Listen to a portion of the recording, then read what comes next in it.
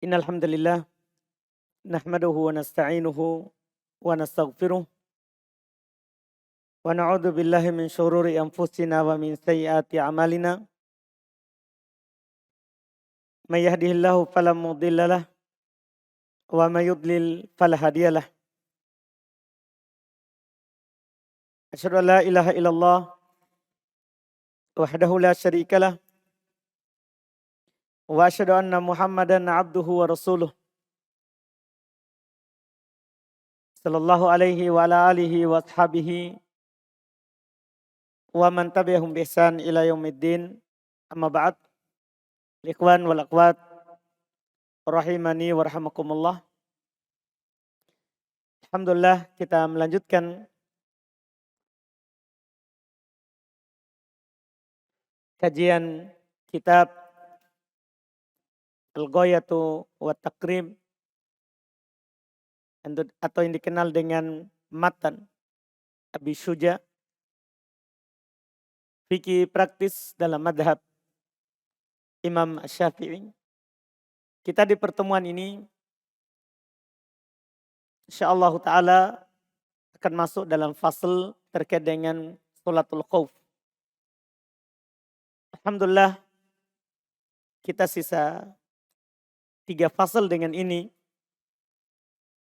dan akan keluar dari pembahasan kitabus shalah dan akan masuk ke kitabuz zakah. Sisa ini fasal pertama dari 3 fasal terakhir tentang sholat khauf, sholat dalam keadaan takut. Kemudian nanti fasal kedua tentang haramnya sebagian pakaian untuk laki-laki atau sebagian perhiasan. Yang terakhir adalah fasal tentang ahkam al-janaiz, hukum seputar jenazah.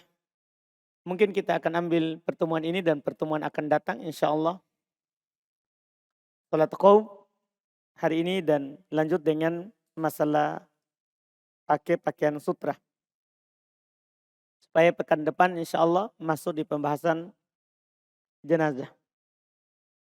Kata beliau faslun pasal wa sholatul khaufi ala salasati adrub. Sholat dalam keadaan takut itu ada 3 jenisnya, 3 caranya. Sebelum kita masuk di pembahasan jenis atau cara sholatnya, maka kita perlu mengetahui hukum sholat khauf. Sholat dalam keadaan takut. Kita maklumi sholat 5 waktu.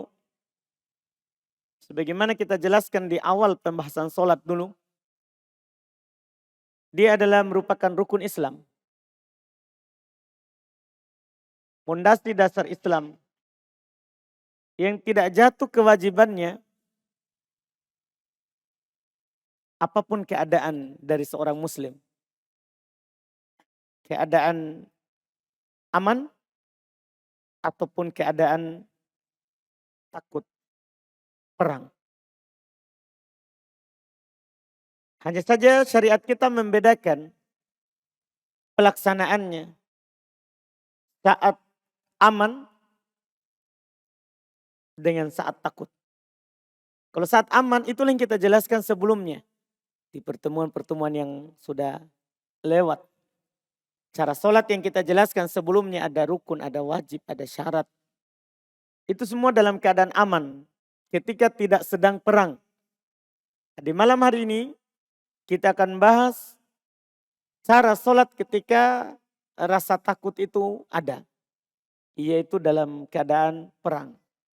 Sholat ketika perang atau ada rasa takut itu tidak ada silang pendapat. Akan disyariatkannya. Sebagaimana dirasa aman juga sama. Dalil dengan Quran dan juga firman Allah dan juga hadis Nabi Shallallahu Alaihi Wasallam yang sangat banyak. Beliau di beberapa keadaan saat perang, ada di perang di Dzatur Riqa. Ada juga di perang saat di daerah Asfan. Belum melakukan sholat khauf bersama para sahabat. Makanya dengan apa yang dilakukan oleh Nabi SAW itu, serta yang diperintahkan oleh Allah Subhanahu wa taala kepada nabinya untuk melakukan sholat khauf ketika perang, para ulama dari banyak madhab menukil kesepakatan, tidak ada silang pendapat bahwa sholat khauf itu disyariatkan. Adapun caranya penulis akan sebutkan 3 cara.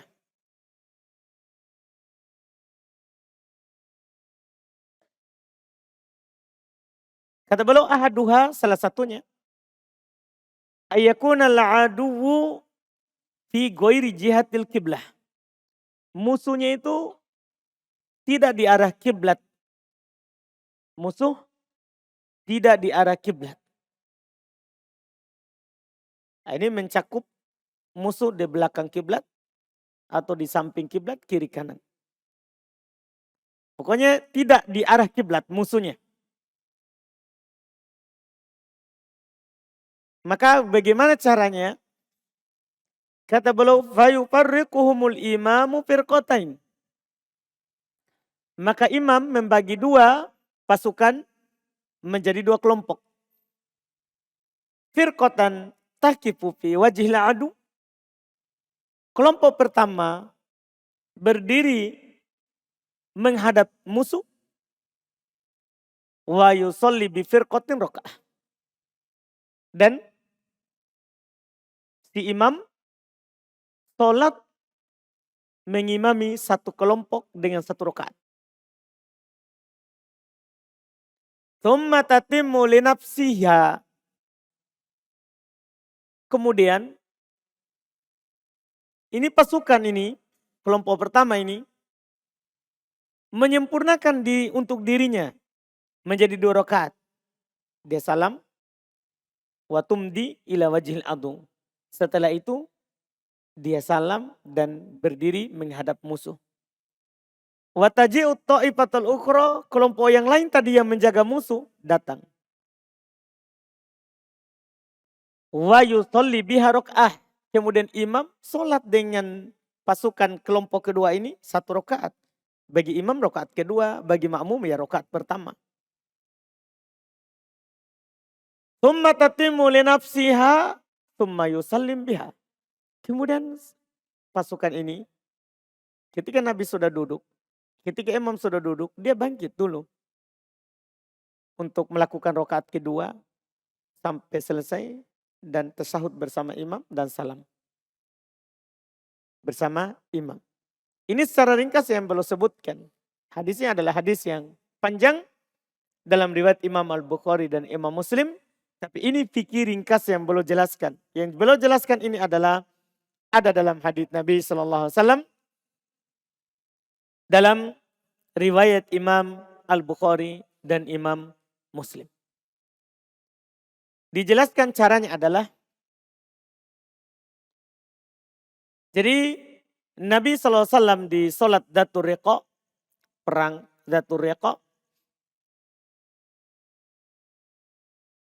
beliau membagi 2 sahabat.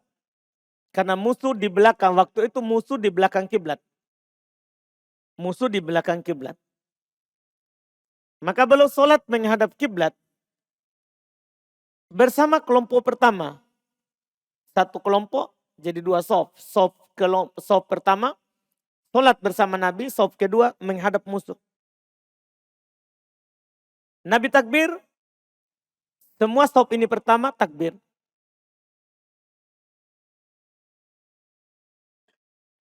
Sampai ruku, bangkit dari ruku, sujud pertama, bangkit dari sujud pertama, sujud kedua, bangkit dari sujud kedua. Berdiri. Nabi SAW berdiri, belum berdiri lama.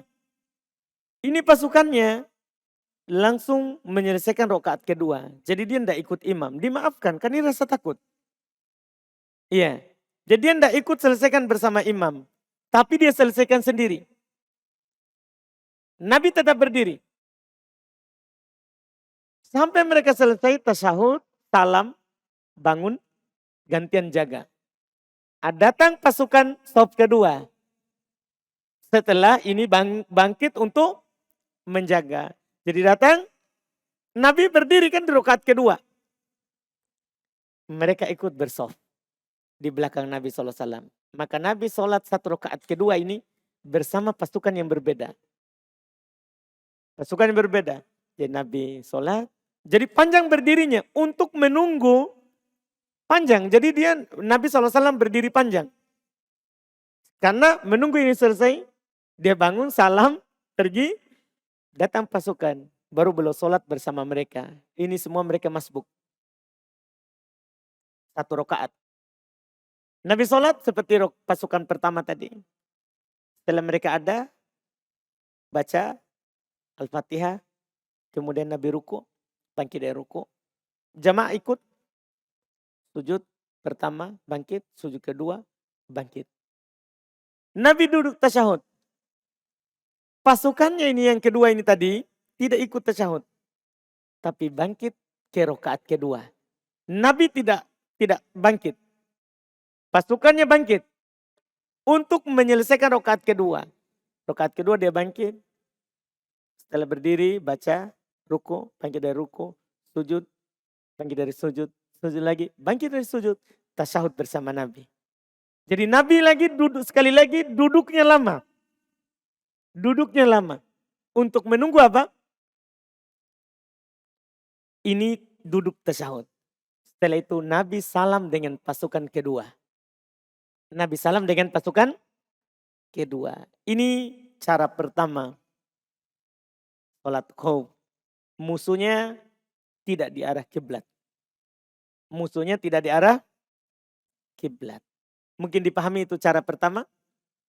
Alhamdulillah. Tidak perlu dipraktekkan ya.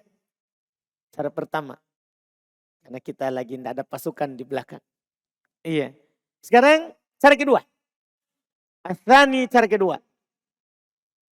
Ayyakuna al-aduwu fi jihatil kiblah. Musuhnya di arah kiblat. Sini. Tadi kan di belakang. Sekarang di arah kiblat musuhnya. Kebetulan pasukan musuh dia mau menyerang dari arah kiblat. Ini sholat khauf. Terjadinya pertama sekali sholat khauf ini. Jadi waktu itu pasukan kaum musyrikin berkata di tengah pasukan mereka.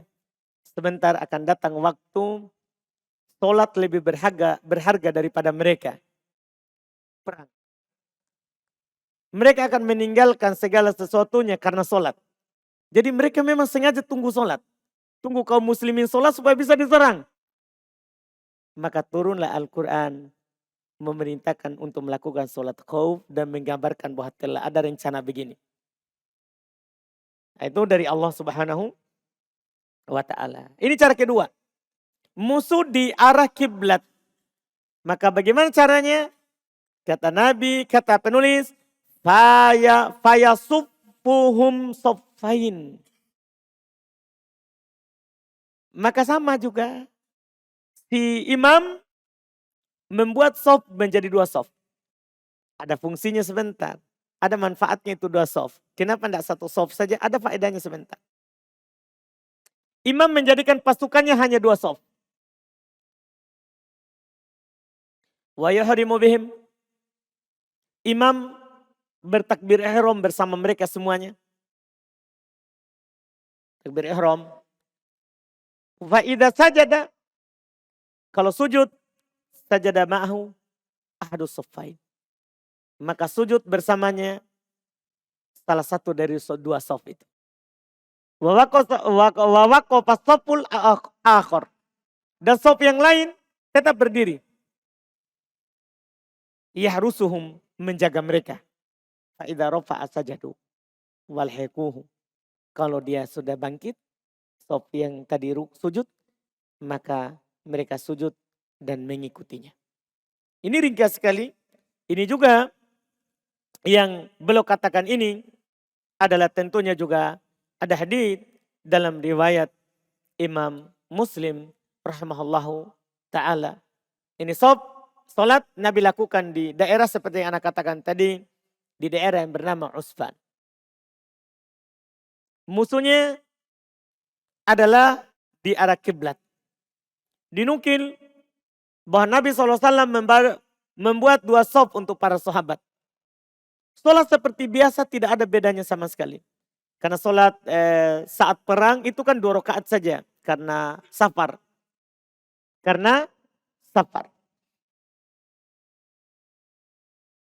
Jadi Nabi membuat 2 barisan. Seperti biasa sholatnya. Takbiratul ihram, ruku, semuanya ruku. Bangkit dari ruku, semuanya bangkit dari ruku. Yang beda ketika sujud. Ketika Nabi SAW sujud, Allahu Akbar sujud. Maka yang sujud pertama adalah sof yang pertama. Turun sujud bersama Nabi. Sof kedua tetap berdiri setelah bangkit dari ruku. Sambil pegang senjata. Karena Allah yang perintahkan, pegang senjatanya. Iya. Dan ambil kehati-hatian. Jadi sof pertama sujud, sof kedua tetap berdiri.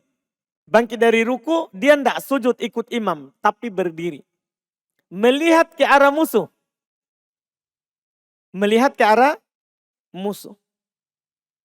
Setelah itu, sof pertama sujud 2 kali sujud. Bangkit dari sujud kedua, maka dia akan melihat ke arah musuh. Ya kan? Melihat ke arah musuh, kemudian berdiri, sof kedua sujud. 2 kali sujud, sampai berdiri lagi. Sudah, dia ikut imam. Begitu juga rakaat kedua, persis. Walaupun ada juga cara di rakaat kedua, di sebagian riwayat. Bergantian yang duluan sujud. Di rakaat kedua, itu sof kedua yang duluan sujud bersama imam. Yang sof pertama tetap berdiri setelah ruku. Setelah rakaat kedua bedanya kalau tadi sampai berdiri. Kalau rakaat kedua setelah sof kedua atau pertama yang sujud duluan itu sudah duduk tasyahud, maka sof kedua baru turun. Sujud 2 kali sujud kemudian ikut tasyahud dan imam salam bersama semua pasukan. Ini cara kedua. Ketika musuh berada di arah kiblat. Cara ketiga. Dan ini yang terakhir yang belum sebutkan. As-salis, yang ketiga. Ayyakunu fi syiddatil khawf. Mereka semua berada dalam ketakutan yang sangat. Musuh tidak ditahu dari arah mana dia akan menyerang. Kiblat atau selain kiblat. Waltihamil harbe. Peperangan sedang berkecamuk, tidak bisa dihindari. Tidak ditunggu kita sholat, tidak dihindari. Apa yang harus dilakukan kalau ini? Fayusolli kaifa amkanah. Masya Allah. Maka dia sholat bagaimana memungkinkannya itu dia lakukan. Ini darurat. Allah Subhanahu wa taala berfirman, "Fattaqullaha mastata'tum." Bertakwalah kepada Allah sesuai dengan kemampuan kalian. La yukallifullahu nafsan illa wus'aha. Allah Subhanahu wa taala tidak akan membebani seorang itu kecuali dengan kemampuannya. Maka di sini kata beliau, rajilan warokiba. Boleh sholat dalam keadaan berdiri. Misalnya harus berdiri di tempat itu, tidak boleh pergi. Sholat dalam keadaan berdiri itu. Dan rokiba, misalnya menjaga musuh harus di atas kendaraan. Sholat di atas kendaraan. Bahkan Beliau berkata, mustaqbilal kiblati wa ghairu mustaqbilin laha. Apakah hadap kiblat atau tidak menghadap kiblat. Ini darurat. Ini darurat. Ini cara yang paling terakhir. Ketika kita tidak memungkinkan untuk sholat berjamaah. Demikian pula ketika tidak memungkinkan bagi kita untuk melakukan sholat dengan menghadap kiblat. Maka ini yang dilakukan. Kata Allah Subhanahu wa taala dalam Al-Qur'an, "Fa in khiftum farijalan aw rukbana." Kalau kalian berada dalam rasa takut yang sangat, maka boleh kalian sholat berdiri di tempat kalian jaga, atau kalian sholat di atas kendaraan, atau kalian sholat di atas kendaraan. Ini yang disebutkan. Ini faedah yang disebutkan oleh ulama kita. Di sini tadi itu cara pertama dan cara kedua menunjukkan bahwa sholat berjamaah bagi laki-laki itu wajib. Ini termasuk dalilnya. Sholat berjamaah bagi laki-laki itu wajib, bukan sunnah. Kenapa? Wajib. Di sholat saat perang saja diperintahkan untuk berjamaah. Bagaimana lagi di saat aman, tidak perang. Ini termasuk dalil yang dipakai oleh para ulama bahwa sholat berjamaah bagi laki-laki itu wajib. Bahkan sebagian mereka mengatakan fardu ain. Wajib ain. Berdosa kalau orang tidak melakukannya. Dan itu pendapat yang kuat. Itu pendapat yang kuat. Ini gugur sholat berjamaah ini ketika keadaan ketiga tidak memungkinkan untuk dilakukan secara berjamaah. Maka sholat tidak gugur. Sholat tidak gugur. Dan di sini juga diberikan faedah oleh para ulama kita terkait dengan hukum sholat ini. Sholat itu tidak gugur bagaimanapun keadaan kita. Kalau bisa berdiri, berdiri. Kalau tidak bisa duduk, kalau tidak bisa berbaring. Bahkan kalau tidak bisa berbaring, tidak bisa semuanya, tidak ada gerakan. Maka kata Nabi, fa yumi imaan. Maka dia berisyarat saja. Bahkan dia sholat dengan bola matanya. Tidak ada masalah kalau memang hanya itu yang bisa bergerak. Selama masih ada akal. Belum hilang kesadarannya. Maka selama itu sholat itu diwajibkan. Sholat itu diwajibkan. Lihat Nabi SAW ketika beliau sakit dengan sakit yang meninggal dengannya. Sakit parah, sakit keras. Beliau selalu pingsan. Maka ketika sadar, beliau mandi, beliau keluar sholat. Dipapa oleh Ali radhiyallahu ta'ala anhu. Radhiyallahu ta'ala anhu. Itu beliau pergi ke masjid. Pernah satu kali beliau perintahkan Aisyah untuk menyuruh Abu Bakar mengimami manusia. Karena beliau tidak mampu untuk keluar. Setelah itu beliau dapatkan keringan sedikit. Maka beliau keluar. Abu Bakar sedang imam dan belum maju. Ya, untuk sholat di depan. Maka Nabi sholat duduk. Para sahabat tetap berdiri. Karena mereka sudah memulai sholatnya dengan Abu Bakar. Suara Nabi kecil. Karena sakit. Maka Abu Bakar yang menyampaikan takbirnya di belakang. Nabi bilang Allahu Akbar. Ya Abu Bakar bilang Allahu Akbar. Apalagi manusia sudah ramai. Karena itu di tahun ke-10. 2 tahun setelah Fatu Makkah. Fatu Makkah kan Makkah ditaklukkan tahun ke-8 Hijriah. Setelah Makkah ditaklukkan, maka banyak orang masuk Islam. Karena banyak orang di sekitar Makkah Madinah menanti kalau Muhammad menang terhadap Quraisy, menaklukkan Makkah berarti dia yang benar. Karena Makkah tidak pernah ditaklukkan sebelumnya. Ya, Nabi SAW memeranginya tanpa perang yang terjadi. Penduduk Makkah menyerah dan beliau menguasai Makkah.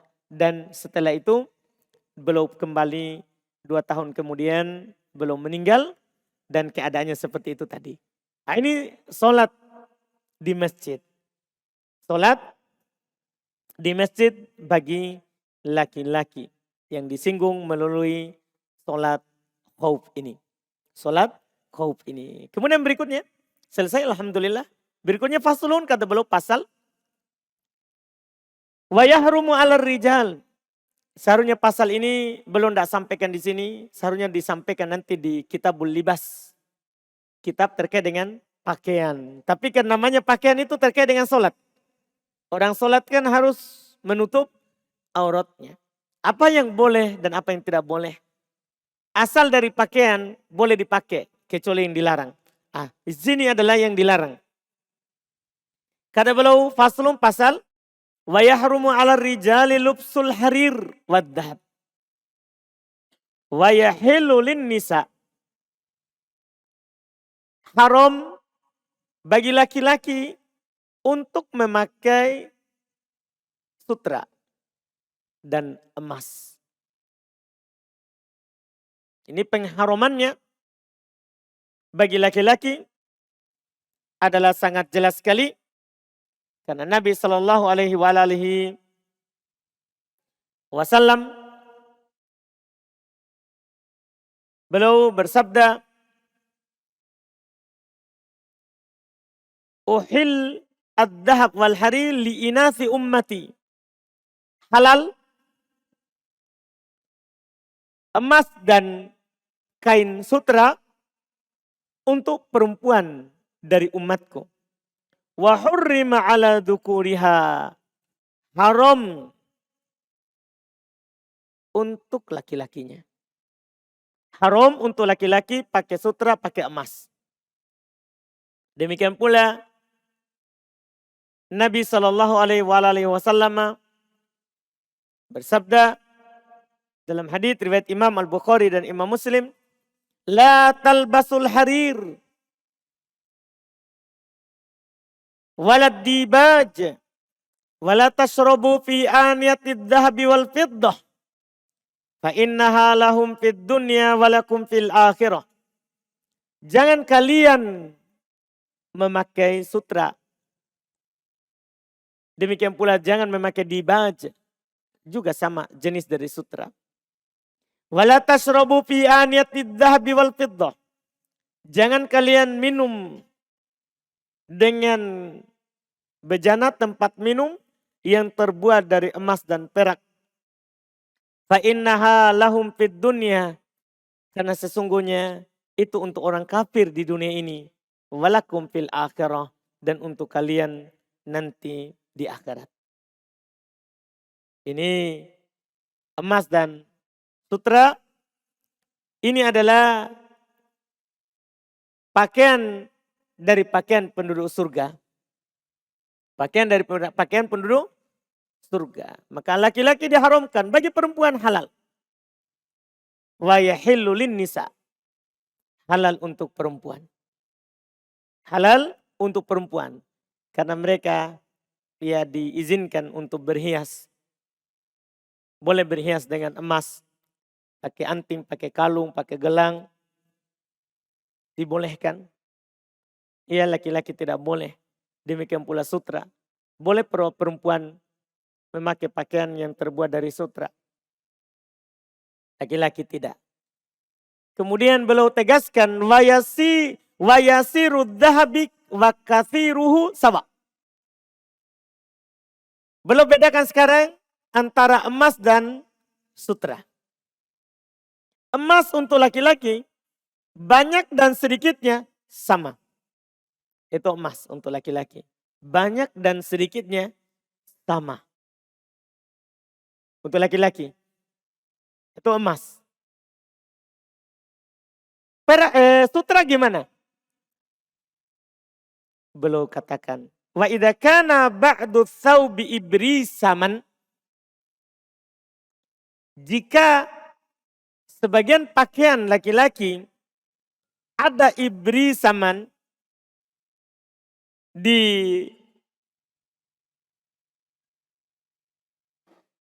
diberikan ibris sebagai ujungnya apakah di bagian bawah atau di bagian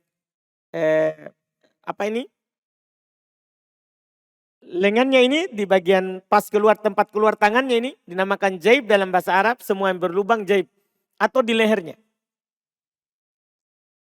Itu dibolehkan kalau hanya sebagian saja. Wa ba'duhu kutnan au kittanan. Sebagiannya itu kain biasa. Dibolehkan. Jaza lubsuhu. Boleh dipakai oleh laki-laki. Malam yakun al-ibrisamu goliban. Selama sutranya itu bukan yang terbanyak. Bukan kebanyakannya sutra. Tapi kebanyakannya kain biasa. Sutranya adalah sebagiannya saja.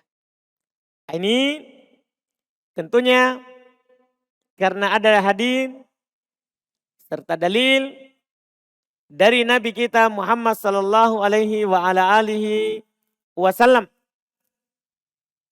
Ada hadis datang dari riwayat Imam Muslim, demikian pula Imam Al-Bukhari semisal dengannya, dari sahabat Umar radhiyallahu taala anhu. Beliau berkata, naha Rasulullah SAW an lubsil harir. Nabi Rasulullah SAW melarang dari memakai pakaian yang terbuat dari sutra. Illa, kecuali. Fi mawdi'i usbu'in, seruas jari. Au usbu'ain, atau dua jari. Au talas, atau 3. Au arba, atau 4. Ini paling tingginya. Jadi tidak boleh pakai pakaian sutra. Kecuali 1 jari. Hanya bagian keraknya misalnya 1 jari. Kerak baju ini bagian lehernya. Atau bagian tangannya, lengannya. Atau bagian bawahnya. 1 jari, atau 2 jari, atau 3 jari, atau 4 jari. Ini yang paling banyaknya. Itu dimaafkan. Itu dimaafkan.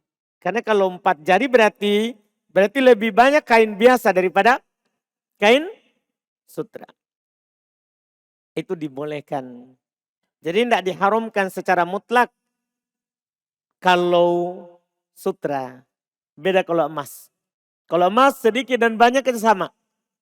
Sementara kain sutra boleh sedikit. Sejari, 2, 3, atau 4.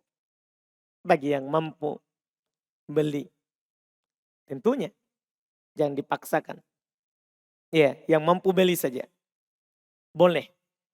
Dia menggunakannya berdasarkan hadis riwayat yang kita sebutkan tadi. Riwayat Imam Muslim. Adapun perempuan boleh seluruh kainnya itu adalah kain sutra. Boleh seluruh kain dari pakaiannya adalah kain sutra bagi perempuan. Ini laki-laki. Ini adalah bagi laki-laki. Selesai. Ini pasal yang kedua. Kita masuk sedikit di pasal yang ketiga. Hanya sebagai pembukaan dulu. Baru nanti rinciannya adalah setelahnya. Kata beliau paslun, ini pasal terakhir. Setelahnya kita akan langsung masuk kitab zakat. Tapi ini lumayan agak panjang mungkin. Semoga bisa diselesaikan di pertemuan akan datang. Kata beliau, wa yalzamu fil mayyit arba'atu asya. Wajib ketika ada meninggal 4 perkara. Ketika ada di tengah kita orang yang meninggal, maka wajib bagi kita yang hidup 4 perkara. Ghusluhu, 1. Memandikannya.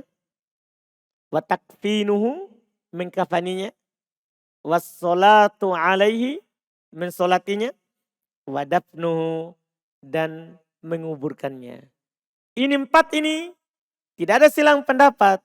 Hukumnya adalah semuanya fardu kifayah. Dipahami mungkin fardu kifayah? Artinya kalau sudah ada yang melakukannya dari kalangan kaum muslimin, gugur dosa dari yang lain. Tapi kalau tidak ada sama sekali yang melakukannya, maka seluruh kaum muslimin berdosa. Seluruh kaum muslimin berdosa. Ini hukumnya ini semuanya sama. 4 ini.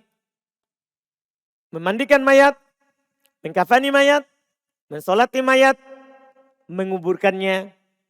Demikian pula nanti ikut dari pembahasan menguburkan adalah menggalikan kuburnya.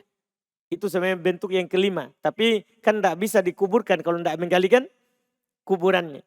Semua itu tidak ada silang pendapat di kalangan para ulama kita akan fardu kifayahnya. Akan fardu kifayahnya. Dinukil oleh banyak sekali ulama seperti Al-Imam Nawawi, Ibnu Qudamah, Ibnu Abdul Bar, Ibnu Mundir dan selainnya.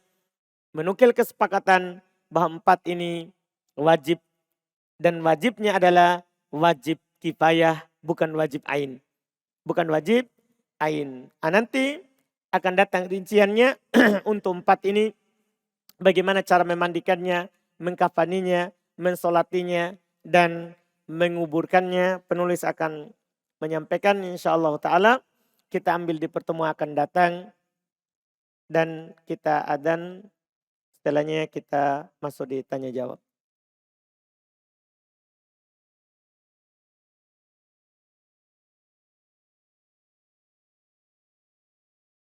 Baik, kita masuk di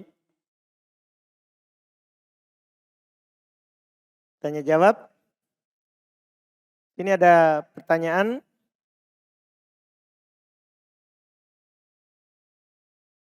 Katanya, bagaimana jika saya berniat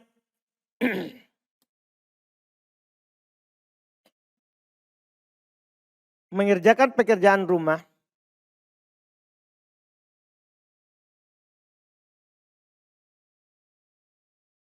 untuk bentuk berbakti kepada orang tua, lalu ibu malah memberi saya upah karena hal tersebut, dan saya menerimanya karena khawatir dia tersinggung. Maka apakah pahala berbakti saya batal karena menerima upah tersebut? Tidak batal. Iya, tidak batal. Itu tidak mengurangi pahala yang kita lakukan, yang kita niatkan. Yang kita niatkan. Itu tidak menguranginya. Kemudian berikutnya, apa Ustaz penghasilan dari pekerjaan yang masih ada unsur haramnya, seperti musik dan lain-lain, maka diarahkan ke sedekah pembangunan masjid atau anak yatim, atau dipakai beli barang untuk dikemanakan Ustaz? Pertama, hasil dari yang haram itu tentunya haram untuk kita pakai sendiri. Haram untuk kita pakai sendiri. Kemudian kita kemanakan? Disebutkan oleh para ulama rahimahumullah seperti Syekhul Islam Ibn Taimiyah. Boleh kita arahkan kedua. Pertama, ke maslahat umum selain tempat ibadah. Selain masjid. Selain tempat ibadah. Boleh kepada hal-hal yang digunakan untuk umum. WC untuk umum. Ya, sekolah atau bangunan asrama untuk umum.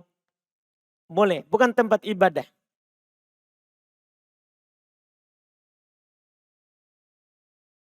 Itu yang pertama. Yang kedua, ke miskin. Boleh kita kasih orang miskin. Boleh kita kasih orang miskin. Dan dua-duanya itu dengan niat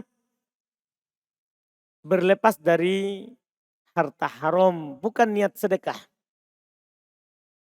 Bukan niat sedekah.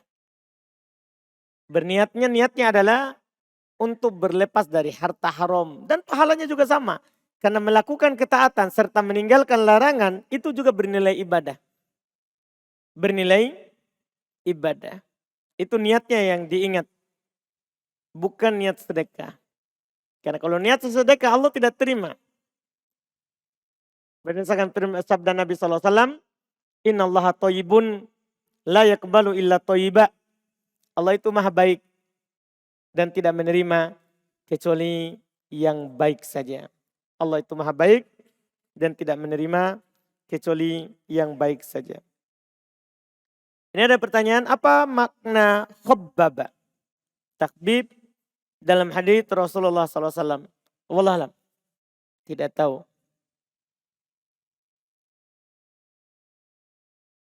Apa hukumnya menjalankan puasa namun tidak sahur? Tapi malamnya sudah berniat untuk berpuasa besok. Sah. Sah kalau dia sudah berniat. Karena makan sahur itu hukumnya sunnah. Bukan wajib. Makan sahur itu hukumnya adalah sunnah. Bukan wajib dalam berpuasa. Cuma kita dianjurkan untuk makan sahur. Menyelisihi orang-orang sebelum kita dari ahli kitab. Karena mereka tidak sahur. Ya, mereka tidak sahur. Mereka makan malam sampai besok. Kalau kita makannya sahur sebelum waktu subuh. Dianjurkan. Dianjurkan. Siapa yang tidak sahur, sah puasanya. Sah puasanya. Yang penting dia sudah berniat. Yang penting dia sudah berniat.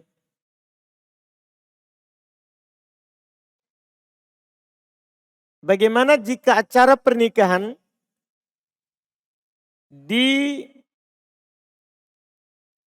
disekaliankan, digabungkan dengan acara maulid? Apakah makanannya haram untuk dimakan? Tergantung niatnya. Kalau niatnya acaranya adalah pernikahan, maulid ya hemat biaya. Ya, dia mau acara pernikahan, halal.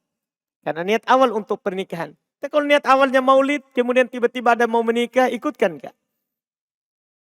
Pernikahannya yang ikut, bukan maulidnya. Maka haram dimakan. Pernikahannya sah. Haram dimakan makanannya, pernikahannya sah. Wallahualam.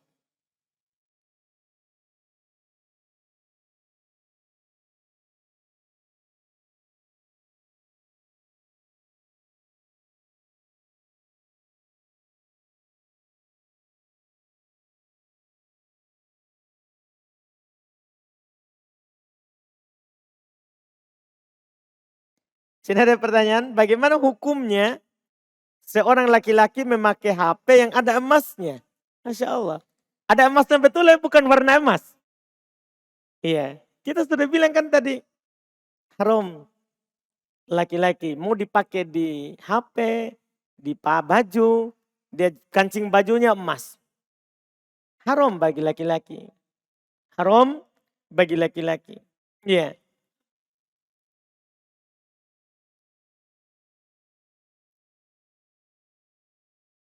Kemudian di sini lanjutannya karena dosen anak pernah melihat dosen laki-laki. Ana menggunakan HP yang terbuat dari emas. Dan katanya belum membeli HP tersebut di luar negeri. Ana takut menasehatinya. Karena beliau seorang profesor. Iya, kalau takut menasehatinya, kita ingkari saja dalam hati. Kalau itu adalah hal yang haram bagi laki-laki. Ya, doakan hidayah untuknya. Semoga dia diberikan taufik untuk meninggalkan HP yang terbuat dari emas. Iya.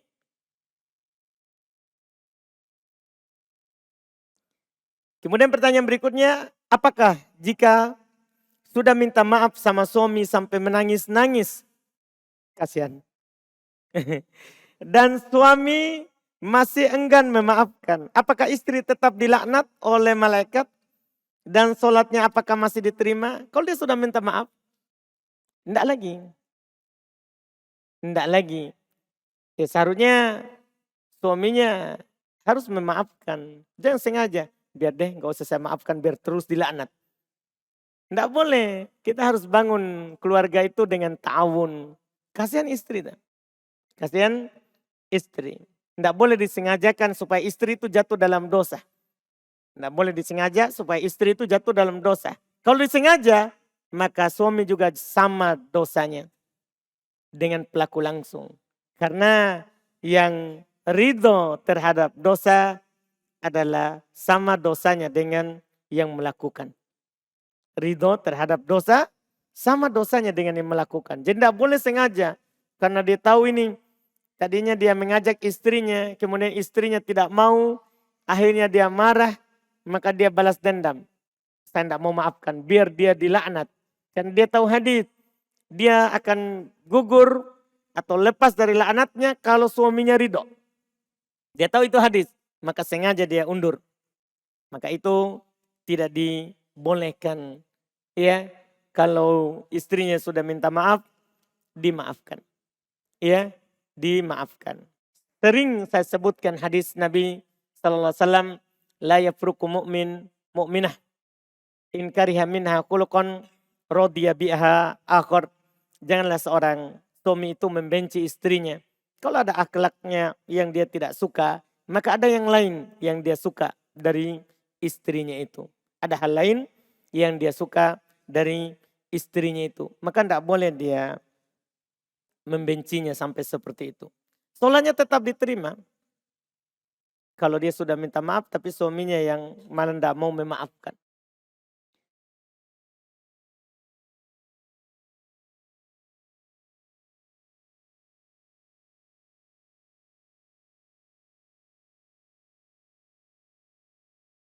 Ya Masya Allah.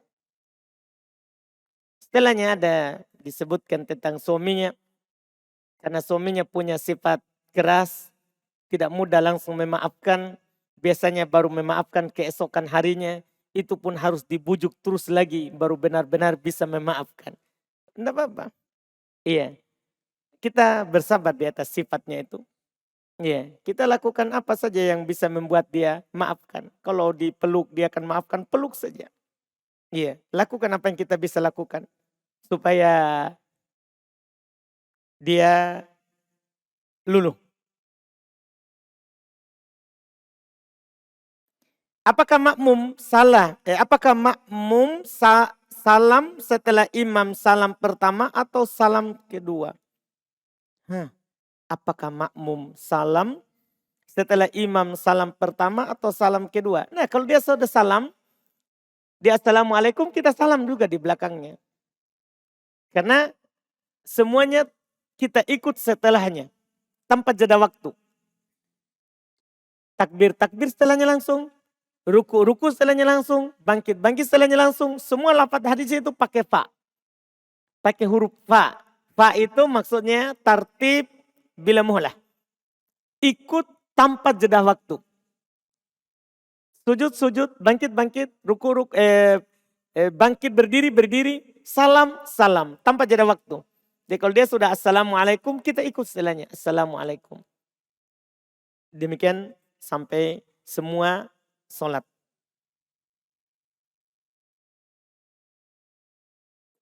Apakah ada batasan berapa kali mengucapkan lafaz bacaan ketika ruku? Paling sedikit sekali. Paling banyaknya adalah selama kita ruku. Paling banyaknya adalah selama kita ruku. Wallahualam. Ada hadis mengatakan batasannya 3, tapi tambahan kata 3 itu dhaif. Tambahan kata 3 itu dhaif.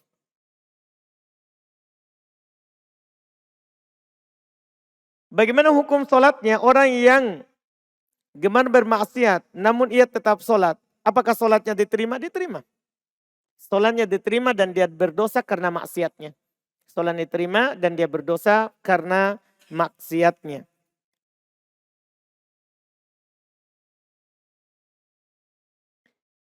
Apakah boleh sholat setelah perang? Boleh kalau tidak keluar waktu. Maksudnya setelah perang baru apa? Sholat. Ya boleh. kalau imamnya memutuskan untuk sholat setelah perang.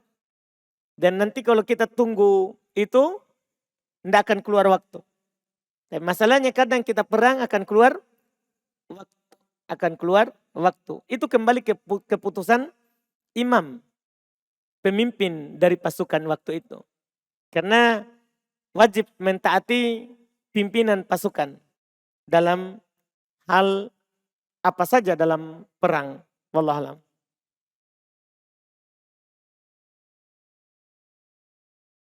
Kemudian pertanyaan kedua, Ustadz, sholat sunnah itu dilaksanakan sendiri-sendiri, tidak berjamaah. Terus bagaimana dengan sholat sunnah yang dilakukan oleh pasangan suami istri secara berjamaah sebelum berhubungan? Bagaimana hukumnya itu, Ustadz? Sebelum berhubungan? Ada sholat sunnah berjamaah sebelum berhubungan? Iya. Tidak ada sholat sunnah sebelum berhubungan badan. Sebelum berhubungan itu baca bismillah, baca doa Allahumma jannibna syaiton, wa jannibis syaiton mimma razaqtana. Tidak ada sholat. Tidak ada datang hadis dari Nabi SAW sholat sunnah sebelum berhubungan badan. Tidak ada datang. Ada dinukil waktu saat pertama. Tapi dari salaf. Dari sahabat. Bukan dari Nabi SAW. Wallahu a'lam.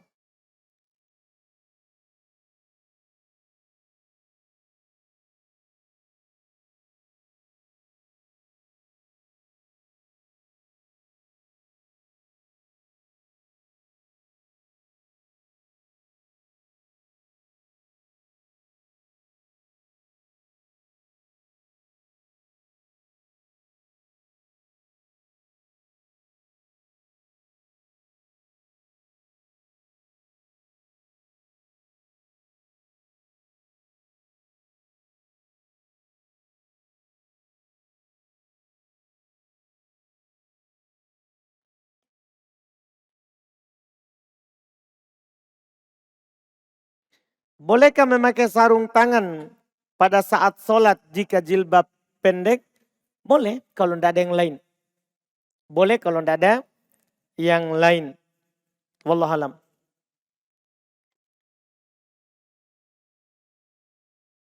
Bismillah, kalau sujud perbanyak doa.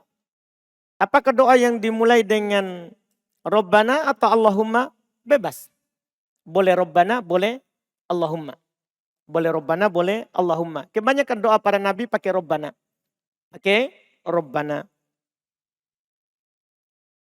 Baiknya yang ada dalam Al-Quran dan hadits bisa dibaca dalam sujud. Quran tidak boleh dalam sujud. Karena dilarang kita membaca Quran ketika sujud. Iya, demikian pula ketika ruku. Jadi doanya pilih yang tidak ada dalam Al-Quran, lafadznya. Atau boleh diiktibas. Iktibas itu hanya memetik, memenggal kalimat-kalimat yang ada dalam Al-Quran. Bukan Quran yang kita maksudkan. Apakah boleh memperpanjang sujud saat sholat jamaah? Boleh kalau imamnya juga panjang. Kalau imamnya sujudnya tidak panjang, tidak boleh. Karena kita harus ikuti imam. Kita harus mengikuti imam. Itu wallahu alam. Masya Allah. Banyak sekali ini ternyata. Gimana ini? Kita lihat sedikit lagi. Karena kalau diikuti ini Masya Allah. Ternyata kalau meja kecil kelihatan banyak ya.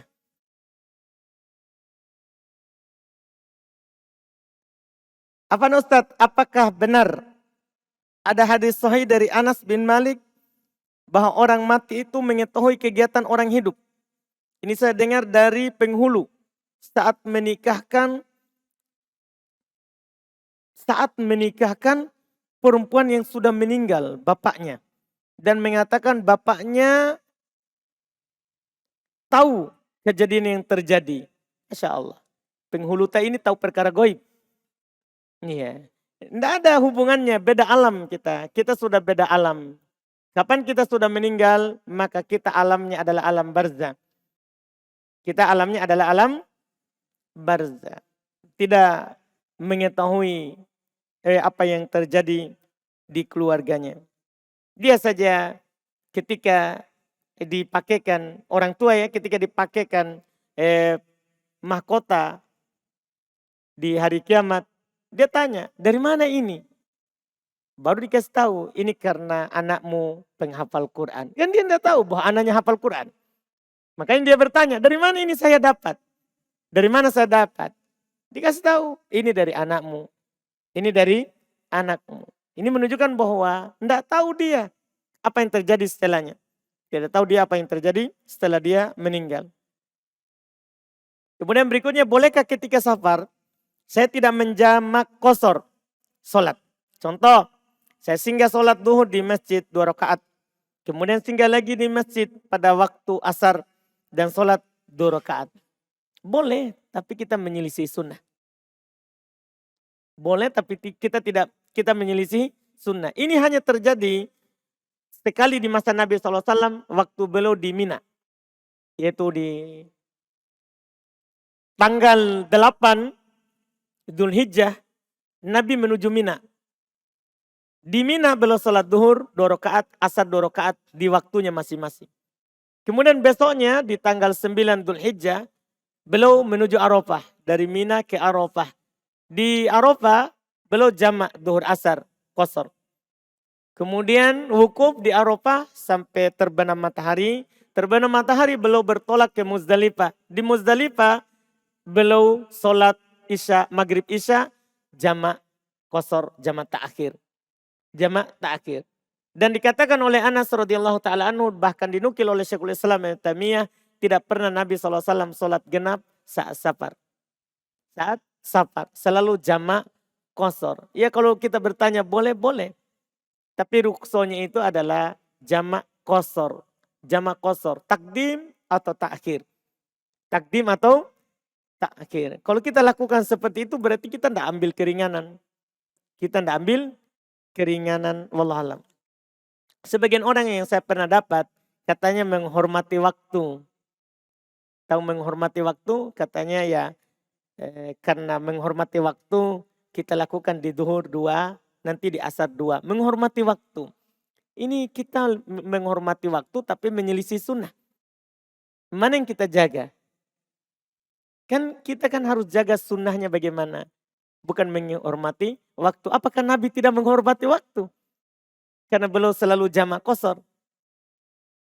Ya, bahkan beliau kalau safarnya setelah masuk waktu, maka beliau akan sholat duhur 4 rakaat, kemudian majukan asar 4 rakaat baru jalan. Kalau belum masuk waktu, maka beliau akan akhirkan di asar. Duhur 2 rakaat, asar 2 rakaat karena sudah safar. Ini kan Nabi SAW lakukan. Nabi lakukan. Wallahualam.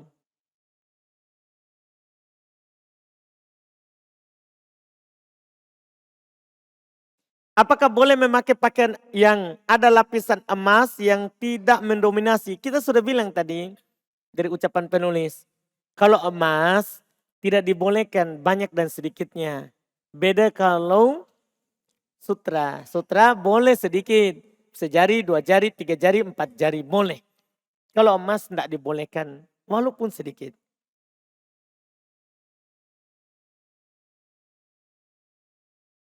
Apa hukum meletakkan kitab pelajaran di lantai? Kalau lantainya bersih, tidak najis, tidak ada masalah. Tidak ada masalah. Iya, tidak makruh.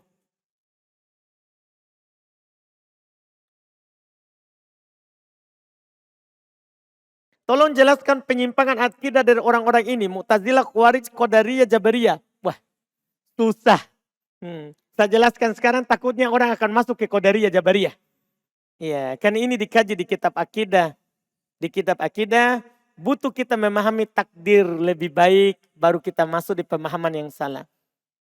Iya, apa rukun keimanan terhadap takdir? Ini dulu harus dipahami baik-baik.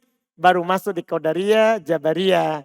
Karena Qadariyah, Jabariyah menyelisih rukun takdir itu.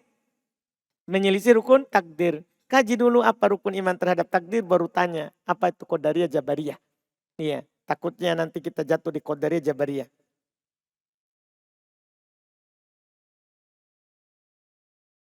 Satu lagi. Kita lihat satu lagi. Karena banyak sekali ini.